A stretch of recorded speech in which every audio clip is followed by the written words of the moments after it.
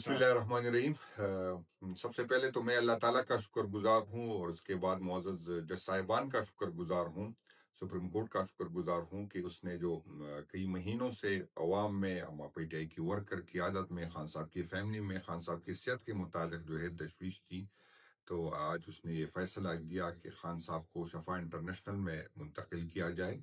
तो हम हुकूमत वक्त से भी और इदारों से ये हम यकीन हमें है कि इस तरह के हालात नहीं बनाए जाएंगे और सुप्रीम कोर्ट के इसी फैसले पे मनो अमन इस अमल किया जाएगा।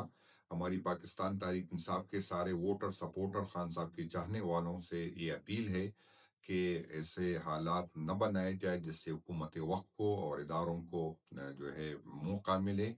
इस पे आमिर खान साहब की सेहत के साथ साथ उसकी ज़िंदगी की भी सिक्योरिटी हम सबकी जिम्मेदारी बनती है। और शफा इंटरनेशनल में आप सबको पता है कि हज़ारों मरीज है।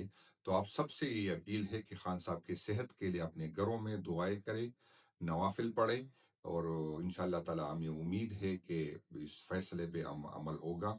लेकिन ये हम सब की जिम्मेदारी बनती है कि हम इस्लामाबाद की तरफ या शफा इंटरनेशनल की तरफ ना आए। आप अपने घरों पे रह के खान साहब की सेहत के लिए दुआ करें।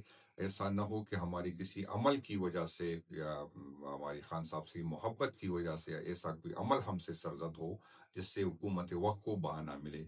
आप सबसे हमारी सपाजी सबकी क़यादत की तरफ से ये अपील है कि आप अपने घरों में रहें और खान साहब की सेहत के लिए दुआ करें। शुक्रिया।